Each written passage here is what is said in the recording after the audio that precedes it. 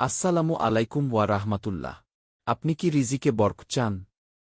ইসলাম আমাদের এমন কিছু আমল শিখিয়েছে যা রিজিক বৃদ্ধিতে সহায়ক। ১. তাওয়াক্কুল করা। আল্লাহ তাআলা বলেন, যে ব্যক্তি আল্লাহর উপর ভরসা করে, আল্লাহ তার জন্য যথেষ্ট। সূরা তালাক আয়াত ৩। ২. আস্তাগফিরুল্লাহ বলা।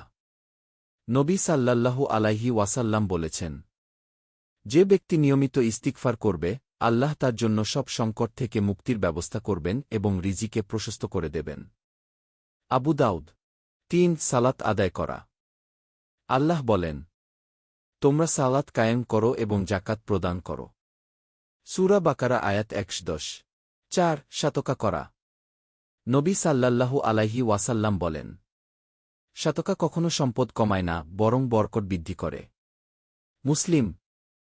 আসুন এসব আমলকে নিজেদের জীবনে চর্চা করি এবং আল্লাহর রহমত লাভ করি।